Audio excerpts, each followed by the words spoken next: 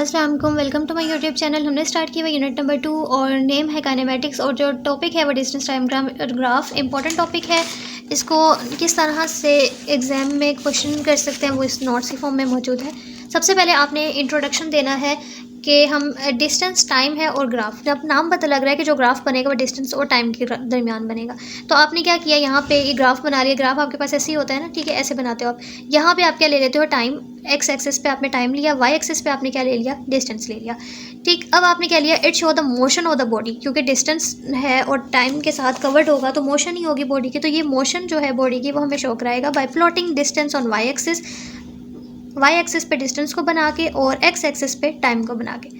ठीक, फिर हम इस पे it helps to analyse motion and determine speed. अगर किसी को मुश्किल लग रहा है तो वो ये जो है स्किप कर सकता है, यहाँ तक लिख सकता है।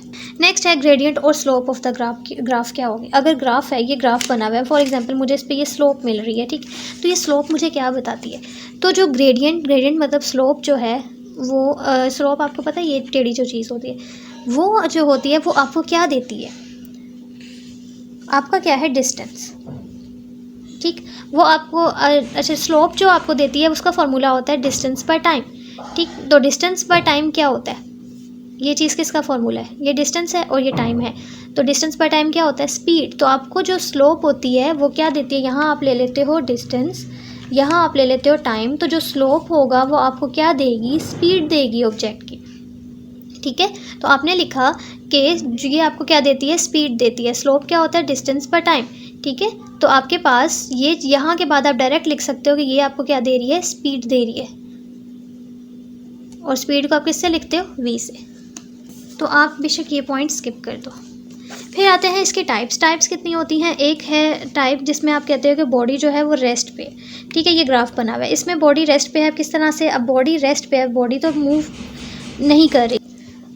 ठीक है, ये ग्राफ है आपका डिस्टेंस का और ये आपका क्या है, टाइम का। अब हमने ग्राफ कैसे बनाना है, बॉडी जो है वो क्या है, रेस्ट। आपके पास ग्राफ बनाने को आ गया कि बॉडी एट रेस्ट पे ग्राफ बनाओ, तो किस तरह से बनाएंगे, किस तरह से हमने ये बनाया कि हमारे पास यहाँ पे क्या होता है, डिस्टेंस, एस से लिख रही हूँ डिस्टेंस को, यहाँ पे क्या होता है, टाइम। अगर मेरी एक बॉडी है वो यहीं पर रुक गई है, ठीक है, यहाँ से आप देखो डिस्टेंस ये 1 है, ये 2 है, ये 3 है, डिस्टेंस उसमें कितना 3 पे ही रुक गया। यहाँ से अगर मैं जा भी रही हूँ तो कितना 3 पे ही अटक गया।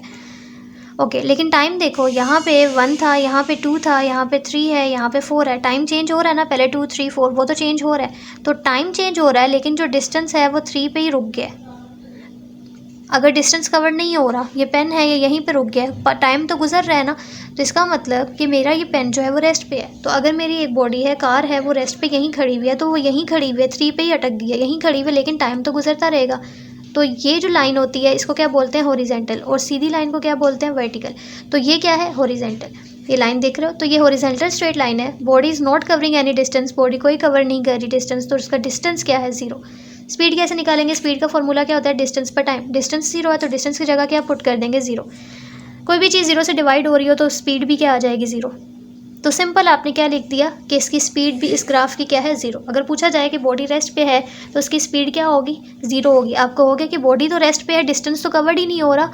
रेस्ट का क्या मतलब है कि डिस्टेंस कवर्ड नहीं हो रहा, तो डिस्टेंस 0 हो गया, तो स्पीड भी क्या हो जाएगी, 0। और ग्राफ कैसे बनेगा, ऐसे।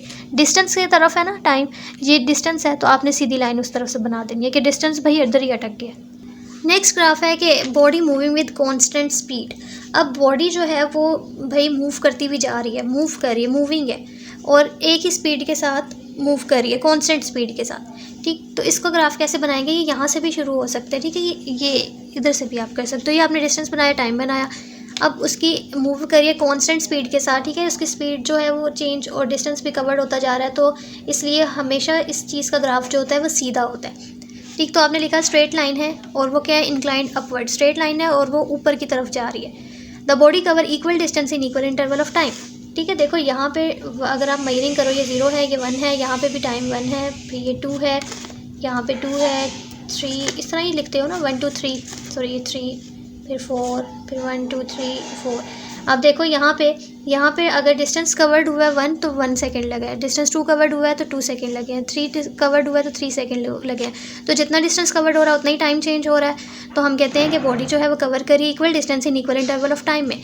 और ये जो स्लोप है ये भी क्या है, कांस्टेंट। ऐसी अगर सीधी लाइन हो ना किसी ग्राफ में, किसी भी ग्राफ में सीधी लाइन हो तो वो कांस्टेंट का ग्राफ होता है। तो स्लोप क्या है, कांस्टेंट है, तो हमारी स्पीड क्या होगी, यूनिफॉर्म होगी। जैसे ट्रेन है वो 50 किलोमीटर से जा रही है और वो रुक नहीं रही, तो ये उसका ग्राफ बनता है। फिर एक बॉडी है, उसकी स्पीड चेंज होती जा रही है, तो उसका ग्राफ कैसे बनेगा। अगर ग्राफ ऐसा बना हुआ है तो इसका बात का क्या मतलब है, अगर आप यहाँ पे देखो तो स्पीड जो है वो चेंज हो रही है।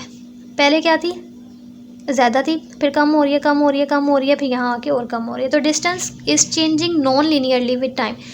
अगर सीधा ग्राफ होता है तो आपके पास डिस्टेंस और टाइम इक्वल चेंज हो रहे होते हैं। अगर ये सीधा नहीं होता, ये ऐसे बन गया, तो इसका मतलब डिस्टेंस और टाइम इक्वल चेंज नहीं हो रहे। तो distance is changing non linearly with time. Slope जो है वो तो बढ़ रही है, स्लोप देखो इस तरह से ऊपर बढ़ती हुई जा रही है, तो स्पीड भी बढ़ेगी। अगर स्लोप बढ़ती है तो स्पीड भी बढ़ती है, ये बात याद रखनी है। Slope is increasing so speed is increasing. A car accelerating from rest, ये इसका एग्जांपल है। दूसरा, अगर कर्व ऐसा बना हुआ है, पहले कैसे बना हुआ था, ऐसे, तो ये ऊपर बढ़ता हुआ जा रहा था, तो आपके पास जो स्लोप थी वो बढ़ रही थी। अगर स्लोप बढ़ रही है तो स्पीड भी बढ़ रही है। अब इसमें देखो स्लोप जो है वो ऐसे कम होती हुई आ रही है, और अगर स्लोप कम हो रही है तो स्पीड भी क्या होगी, कम होगी। और स्पीड जो है इसमें क्या कर रही है, डिक्रीज़ कर रही है टाइम के साथ।